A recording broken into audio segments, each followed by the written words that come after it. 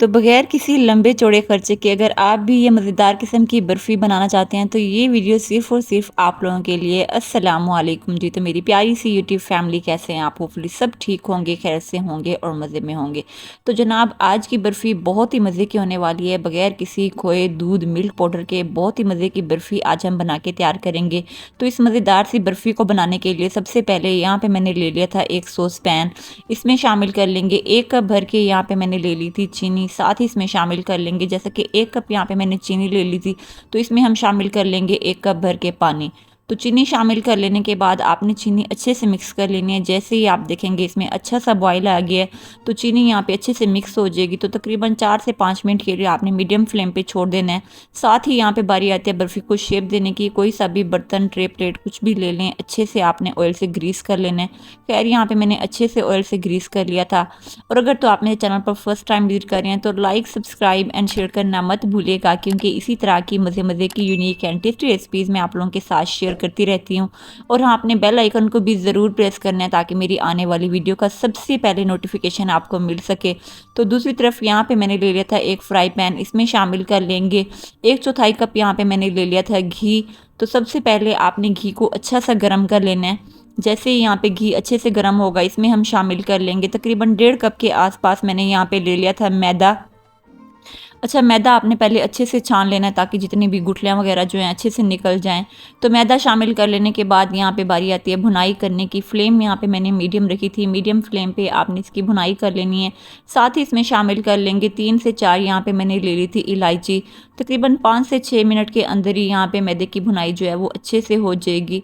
तो दूसरी तरफ यहाँ पे हमने चाशनी बनने के लिए रख दी थी। तो चाशनी तकरीबन 4 से 5 मिनट के लिए मैंने कुक कर ली थी। साथ ही इसमें शामिल कर लेंगे, मैंने यहाँ पे ले लिया था इलायची एसेंस, या फिर आप इलायची शामिल कर लें 2 से 3।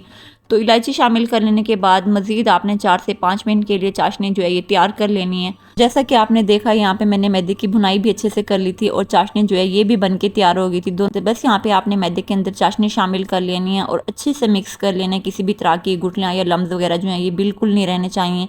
साथ ही इसमें शामिल कर लेंगे यहाँ पे मैंने ले लिया था नारियल का बुरादा, ये आपने शामिल कर लेना है। तो यहाँ पे बताते चलूँ, अगर आप चाहें इस पॉइंट पे मिल्क पाउडर वगैरह जो है ये भी शामिल कर सकते हैं। टोटली ऑप्शनल है, मैंने यहाँ पे शामिल नहीं किया था। तो इसी तरह से बस आपने चम्मच चलाते हुए अच्छे से मिक्स कर लेना है। यकीन जाने बहुत ही मज़े की ये रेसिपी बन के तैयार होती है। एक बार मेरे कहने पे ज़रूर ट्राई कीजिएगा, इंशाल्लाह आप लोगों को बहुत ही ज़्यादा पसंद आएगी।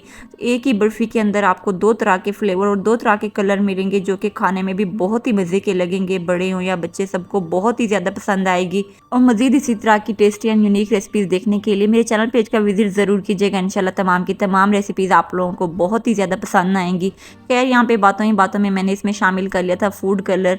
तो आधा पार्ट मैंने यहाँ पे बर्फ़ी का था सेपरेट कर लिया था। साथ ही इसमें शामिल कर लेंगे थोड़ा सा, चुटकी भर मैंने ले लिया था ग्रीन फूड कलर, या फिर कोई सा भी फूड कलर आप लोगों के पास हो आप इसमें शामिल कर लें। तो साथ ही यहाँ पे मैंने शामिल कर लिया था फ्लेवर देने के लिए थोड़ा सा यहाँ पे मैंने ले लिया था क्यूरा एसेंस, ये आपने शामिल कर लेना है। बस दोनों चीज़ें आपने अच्छे से मिक्स कर लेनी है। तो जैसा कि आपने देखा यहाँ पे हमारी बर्फ़ी जो है बन के तैयार है। तो दूसरी तरफ यहाँ पे बारी आती है बर्फ़ी को शेप देने की। सबसे पहले यहाँ पे मैंने ग्रीन वाला हिस्सा ले लिया था। अच्छे से आपने स्पैचुला की मदद से स्प्रेड कर लेना है। बस सेम इसी तरह से दोनों बर्फ़ी जो थी मैंने स्पैचुला की मदद से अच्छे से फैला दी थी। तो आप देखते हैं यहाँ पे हमारी बर्फ़ी जो है बन के तैयार है। तो बस यहाँ पे मैंने तकरीबन 1 घंटे के लिए मैंने रख दिया था सेट होने के लिए। आप देखते हैं अच्छे से यहाँ पे बर्फ़ी जो है वो सेट हो चुकी है। तो यहाँ पे बारी आती है कट करने की। जैसी भी शेप वगैरह आप लोगों को पसंद हो आप कट करें। तो यहाँ पे बारी आती है बर्फ़ी को मज़ीद टेस्टी एंड मज़ेदार बनाने की। तो यहाँ पे मैंने ले लिए थे थोड़े से ड्राई फ्रूट्स, तो इस तरह से आपने शामिल कर लेने हैं। तो मेरे ख्याल से इस मज़ेदार सी रेसिपी के लिए लाइक, सब्सक्राइब एंड शेयर करना तो बनता है। इसी के साथ मुझे दें इजाज़त। अपना ढेर सारा ख्याल रखिएगा और मुझे भी अपनी दुआ में याद रखिएगा। अल्लाह हाफिज़।